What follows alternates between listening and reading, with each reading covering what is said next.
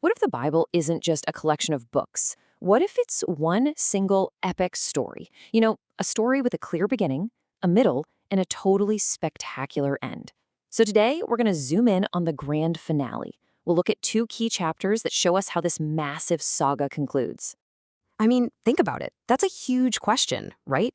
How do you possibly wrap up a story that was written over 1,500 years? A story just jam-packed with promises, prophecies, and all sorts of conflict? Well, the answer, it turns out, is hiding in plain sight.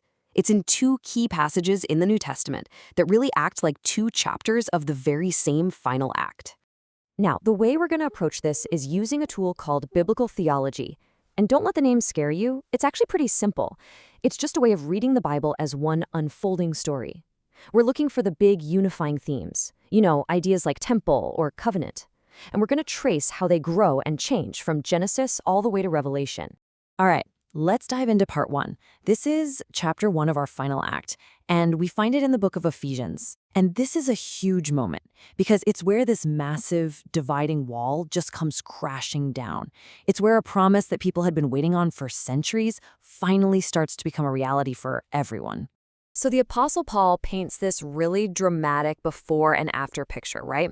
He's talking about the non-Jewish people, the Gentiles, and the change it's just stunning. I mean, look at this. They went from being complete outsiders, separated, excluded from God's promises, without hope, without God, to being brought right into the family. Every single one of those negatives gets flipped into an incredible positive. Suddenly, they're brought near, they're given citizenship, they get to be part of the promise. And here's where it gets really cool. To prove his point, Paul doesn't just make a new argument. He actually reaches back and quotes the Old Testament prophet Isaiah. What he's doing is showing everyone, hey, this isn't some new plan B. This whole idea of bringing the far-off people near, it was part of God's big restoration plan from the very beginning. It was prophesied centuries ago. So, you see, the goal here was something much bigger than just letting more people on. The whole point was to do something completely and utterly new. To take two groups that were historically enemies, Jew and Gentile, and merge them into one single new humanity. And this wasn't just some abstract theological idea, okay? This was a radical, world-changing social vision for a planet that was, and still is, torn apart by division. And to explain this, Paul uses this amazing metaphor. He says this new unified group of people, they're like a spiritual temple. And here's the key part. It's a temple that's being built. It's an active construction site. It's this ongoing project. It's going to be magnificent, for sure, but it's not finished yet. So hold on to that image, okay? A temple under construction. It's going to be important. Okay, now for chapter 2. We're jumping all the way to the very end of the Bible, to the book of Revelation. And if Ephesians showed us the construction site, with the foundation being laid, Revelation is the grand unveiling. It pulls back the curtain on the finished cathedral in all its breathtaking glory. And let me tell you, the vision we get of the end, it's not just some minor renovation or a fresh coat of paint. No way. It is a complete top-to-bottom restoration of everything. And we see this unfold across 7 huge renewals that touch on everything, from the cosmos itself to our relationship with God. Hey, remember that one new humanity we talked about back in Ephesians? Well, check this out. In the vision of the New Jerusalem, that idea is literally built into the city's architecture. The 12 gates are named for the 12 tribes of Israel.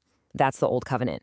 And the 12 foundations, they're named for the 12 apostles. That's the New Covenant. It's this beautiful, perfect symbol of one completely unified people of God forever. Okay, so then there's this line, and the sea was no more. Now, that might sound a little random to us, but for an ancient reader, this was huge. The sea represented chaos, danger, evil, separation. So when John says the sea is gone, he's making a massive statement. He's saying that everything, absolutely everything that's hostile to God and his people has been dealt with. It's gone, for good. And once again, this is a deep echo of the Old Testament. The prophet Isaiah talked about God's future rescue as a kind of new exodus. Just like when God parted the Red Sea to save his people. Well, the removal of the sea in Revelation, that's the final exodus. It's the ultimate crossing over, where God's people finally enter their true promised land, the new creation. And then we get the ultimate plot twist. I love this part. After all this talk about a temple being built, John looks around this new holy city and there's no temple building at all. And you're thinking, wait, what happened? Well, it's because the project is done. God's presence is so immediate, so direct and unfiltered that you don't need a separate building anymore. God and the Lamb, they are the temple. So what about that temple that was under construction back in Ephesians? It got finished, but in the most incredible way imaginable. The entire city becomes the Holy of Holies, that most sacred inner room where God's presence dwelled. The whole thing is a perfect cube overlaid with gold. And get this, all of God's people are now priests. Everyone has direct, unmediated access to God's presence. The barrier is totally and completely gone. And in this new world, humanity finally gets to step into the role they were designed for all the way back in the Garden of Eden. They get to be what are called royal priests. That means they serve God directly, and they reign with him, taking care of this new creation. It's the ultimate fulfillment of the entire human purpose. Okay, so let's put the two pieces together. What does this whole story look like when you see it as one continuous arc, from the promise to the fulfillment? It really is one story in two chapters. Ephesians 2, that's the inauguration. It's the groundbreaking ceremony, right? The promise of one new humanity gets started and the foundation of that spiritual temple is laid. Then you jump to Revelation 21 and 22, and that's the consummation.